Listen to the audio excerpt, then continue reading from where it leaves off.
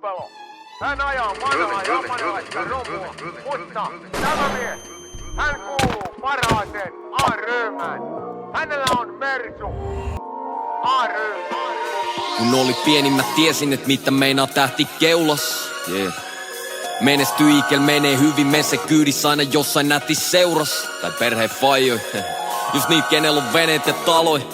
Astetta parempaa palkkaa, ku alemmat rahvaa. Tiedostin jo lapsena faktaa, et me ollaan eri säätyy.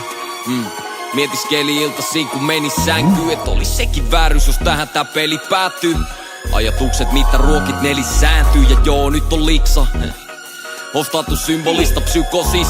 Ne sano passu rahat talteen, mut Astralla ei oo saanut ajaa tarpeeks. Halun et mun varustelun latuavat karde. Ei keikka matkoilla enää Astroilla. Nyt se on E220 2012. Massa kiitä, Mersu, nähdään kaukaa. Ja mä tiiä, pelle, jäävät jauhaa. Mut ajaa faija lainaamaan japanilaista kaaraa. Mä vaihan kaista ja paina sayonara. Sit saapumassa Lahteen menin armuttamaan vanteen. Sori kulta, en tarkoittanut anna anteeksi. Voinut silti stoppaa, puhelin piris jossain se piti nostaa. Ja pakitti kivi tolppaa. Tähti pöllittiin, nyt on pikkusen hikistä flossaa. Me se ei ois pitänyt vittu ees ikin nostaa. No ei vaan, kun ennen tätä kuulin et me kunnon duuni. Sit turpo suutki, tai sit ne alkoi huudella. Kun se vaan on kuulemma leukkaa. Mut ei kai ne muuta ku kateellisuudesta meukkaa. Mä heitän noita leijaporvareita, jotka flossaa dollareilla. Miks? Koska omat hommat feilas.